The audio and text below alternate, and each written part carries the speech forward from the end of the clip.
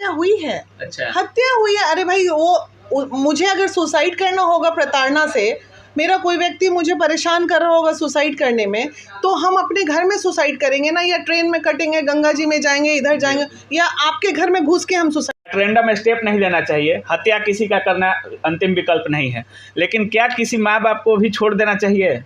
अगर माँ बाप से ही गुनाह होता है या भाई से ही गुनाह होता है, तो क्या उस माँ बाप का त्याग कर देना आरती का सही है? बोला भाई 4 लाख के लिए लड़की मार दिया और 50 लाख दे रहे हो। बिल्कुल। अभी जब सुन रहे होंगे प्रशासनिक सेवा किस तरह बिहार में अभी चल रही है, किसी भी मामले को इतना गोल घुमाया जाता है कि जब तक पीड़िता से हर चीज़ निचोड़ नहीं लिया जाता है, पैसा से लेकर उसका हर कुछ जब तक निचोड़ नहीं लिया जाता है, तब तक उस पर कोई फैसला नहीं होता है। नमस्कार दोस्तों, काबिल न्यूज़ और पंचायत ट्री में आपका स्वागत है। अभी हम लोग बीना मैम के साथ और रुनीता मैम के साथ हैं, तो इन लोगों से जानते हैं एक जो बड़ा मुद्दा था आरती छोटू प्रेम कहानी, उसको अभी मैम के सहारे ही उसको अभी थोड़ा हाईलाइट, मतलब जो भी उसकी प्रक्रिया है अभी मैम लोगों के सहारे ही चल रही है। कल तेजस्वी जी से मिली, मैम ही उनको तेजस्वी जी के पास ले गई थी। तो आइए मैम से जानते हैं कि उसकी प्रक्रिया कहाँ तक पहुँची है। अभी तक 50 से 52 दिन हो चुके हैं, लेकिन सुपरविज़न भी नहीं हुआ है, तो उस पर तेजस्वी जी का क्या राय था, मैम से बात करते हैं। मैम स्वागत है आपका काबिल न्यूज़ और पंचायत ट्री में। थैंक यू भाई। पहले ये बताइए मैम, किसी भी केस को 52 दिन हो गया, 54 दिन हो गया, मीडिया इतना हाईलाइट केस है कि पूरा देश जानता है, विदेशों में उसकी चर्चा हुई और अभी तक उस केस का सुपरविज़न नहीं हुआ, तो इसको आप कहाँ तक देखती हैं? इसको ये देखते हैं कि भ्रष्टाचार से जुड़ा हुआ मामला निकलेगा। ये भी सुपरविज़न नहीं होना ये दर्शा रहा है कि कहीं ना कहीं चीज़ें मैनेज हो रही हैं और कहीं ना कहीं हमारे पुलिस प्रशासन इसमें बेईमान हो रहे हैं। बस सीधा साधा सवाल है। 50 दिन लगता है यार सुपरविज़न में, 5 दिन 10 दिन में अच्छे से अच्छे केस का सुपरविज़न हो जाता है। 15 डेज ले लो, चलो 1 महीना भी ले लो, ये 50 दिन, अभी 5 दिन बीत गए, 55 दिन हो गया, सुपरविज़न नहीं हो रहा है। डीएसपी साहब से बात किए तो बोलते हाँ मैडम सुपरविज़न तो हो गया। आईओ से बात कर रहे हैं तो वो बोलते नहीं मैडम सुपरविज़न तो हुआ नहीं, वो हमारे सीनियर, हम कैसे बोले सुपरविज़न के लिए। वकील से बात कर रहे हैं तो बोलते हैं सुपर। तो ये बातें जो गोल गोल घूम गई, तो उस दिन हमारा दिमाग भी घूम गया। हम बोले ये लोग कर क्या रहा है।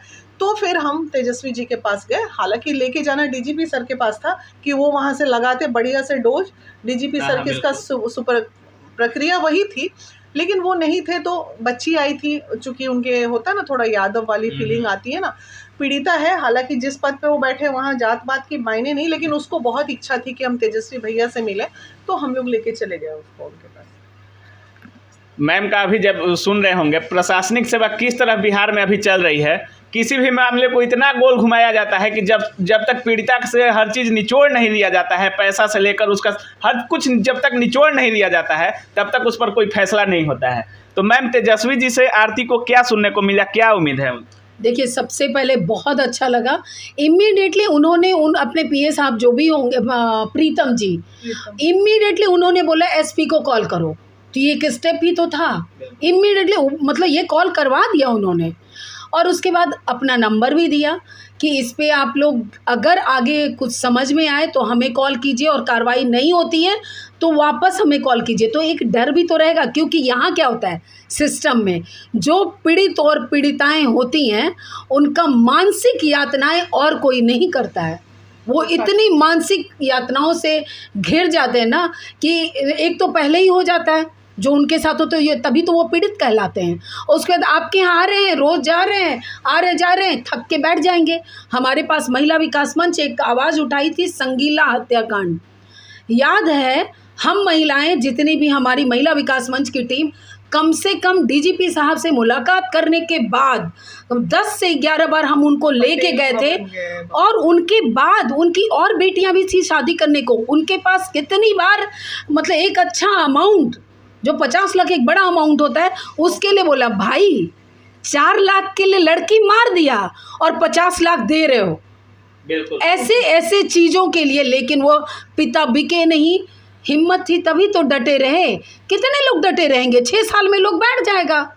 और वो आराम से जॉब कर रहा था। खैर अरेस्टिंग हो गई, टाइम लगा 3 से 4 साल। 4 साल कितनी लग गए। गलत बात है ये। हम लोग लगे तो 4 साल लग गए, तो और नहीं लगते तो मिलता भी नहीं, मिलता भी नहीं। नहीं था। तो आप ये सोचिए ना, चलिए एक सिस्टम हम उनको बोलते हैं, आज भी माननीय उप मुख्यमंत्री साहब, मुख्यमंत्री साहब, आप लोग देखिए और सिस्टम पे काम कीजिए।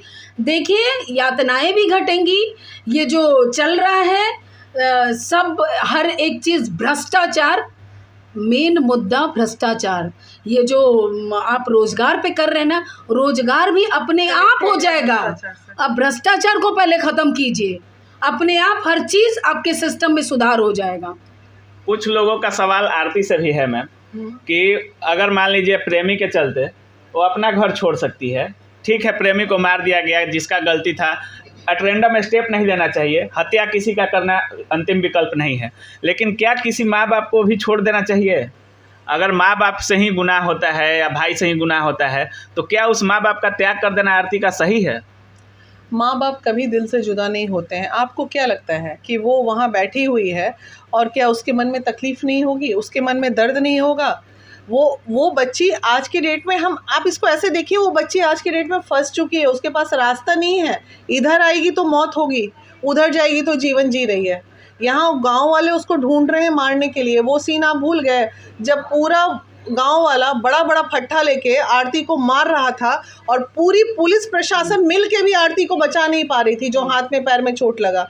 वो दिन को हम कैसे भूल सकते हैं? तो ज़िंदगी सबको चाहिए, एक बच्चा तो मर ही गया, दूसरा भी मर जाए तो नफ़रत कैसे नहीं पैदा होगी? आप भाई भाई में बंटवारे, यहाँ ज़मीन, 1 कट्ठा ज़मीन नहीं, 1 धुर नहीं, 10 इंच ज़मीन के लिए नफ़रत पैदा हो जाती है। और यहाँ जीवन का सवाल है तो नफ़रत तो दिल में हो ही जाती है। पति पत्नी का 25 साल का रिलेशन में नफ़रत हो जाता है पैदा, तो डिवोर्स में मामला आ जाता है। माँ बेटी में नफ़रत हो जाती है कुछ केसेस में, तो रिश्तों में नफ़रत हो सकता है। ये कोई बड़ी कहानी, पहली बार ऐसा थोड़ी हुआ है कि रिश्ते में नफ़रत हुआ, आरती ने ही नफ़रत पैदा की। कितनी कहानियाँ हैं। आप हर एक घर के बाद दूसरा घर देखिए, या तो भाई भाई में नफ़रत है, या माँ बेटा में नफ़रत है, या पति पत्नी में नफ़रत है। ये जायज़ है, ये प्रैक्टिकल है। तेजस्वी जी से जब आरती मिली है तो कुछ लोगों का बयान था कि तेजस्वी जी रोजगार देने की भी बात किए हैं। हाँ, सही है। तो थोड़ा आप बताएंगे इसको, क्योंकि आप लोग भी उस टाइम साथ में थे। हाँ, साथ में इसमें बिल्कुल सच्चाई है, और हमने बोला तभी उन्होंने बोला। ऐसा नहीं है कि वो आगे बढ़ के पहले बोल रहे हैं कि रोज़गार देंगे, क्योंकि वो उनको तो पता था कि भाई ये पीड़ित है और ये न्याय के लिए आई है। लेकिन हमने बताया कि ये जीविका की सीएम थी और ये आज गांव में नहीं निकल पा रही है, तो ये काम नहीं कर पा रही है। ये महिला विकास मंच की ही आवाज़ थी जो उन तक हम लोगों ने पहुँचाया कि आगे ज़िंदगी कैसे जिएगी। तो इसके लिए बस उन्होंने बोला कि इसका आप BA पार्ट 1 में है तो आप पहले पढ़ाई पूरी करवाइए, और प्रक्रिया जो होता है प्रक्रिया के साथ हमें दोनों हम लोग सामने में ही थे, बोला कि आप लोग बुद्धिजीवी हैं, आप लोग को समझ में आता होगा, विदाउट प्रक्रिया तो कुछ नहीं हो सकता है, तो आप लगे रहिए और हम कोशिश करेंगे जल्द से जल्द इनको सेटल करने का। पुलिस से मिले, प्रशासन से मिले, वहाँ भी काम नहीं बना तो नेताजी से मिले। अगर आगे भी कोई सुनवाई नहीं होती है तो महिला विकास मोर्चा का आरती को लेकर क्या स्टेप होने वाला है? देखिए, कानून, न्यायालय पे बहुत भरोसा है। अभी रिमांड होम वाले मैटर में 6 महीने में वंदना गुप्ता की अरेस्टिंग हुई ना, न्यायालय पे भरोसा किए ना। भले 4 साल लग गया, न्यायालय पे भरोसा किए ना। संगीला हत्याकांड में, आरती के मामले में भी न्यायालय पे भरोसा है। न्यायालय बिल्कुल गलत नहीं करेंगे।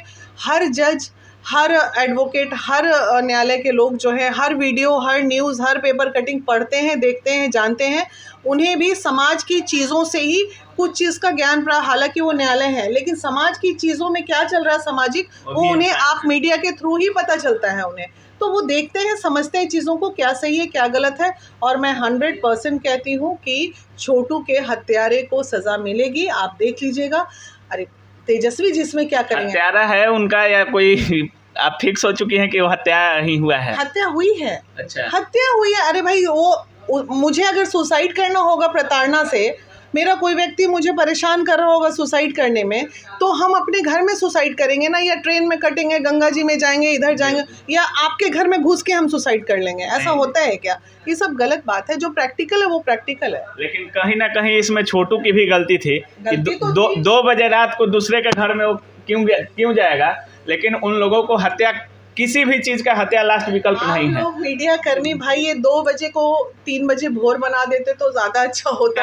ये पूरे देश में 2 बजे रात 2 बजे रात होती है मैम, क्योंकि आज के डेट में अधिकतर लोग 10 से 11 बजे लीजिए ना, 1 घंटा समय आगे पीछे कर लीजिए। 3 बजे भोर बोलिए तो ये अपराध नहीं माना जाएगा। 2 बजे रात 1 घंटा पहले वो अपराध हो जाता है, 3 बजे भोर से अपराध नहीं माना जाता है। ठीक है, हाँ उसको दिन में काउंट कर लिया जाए।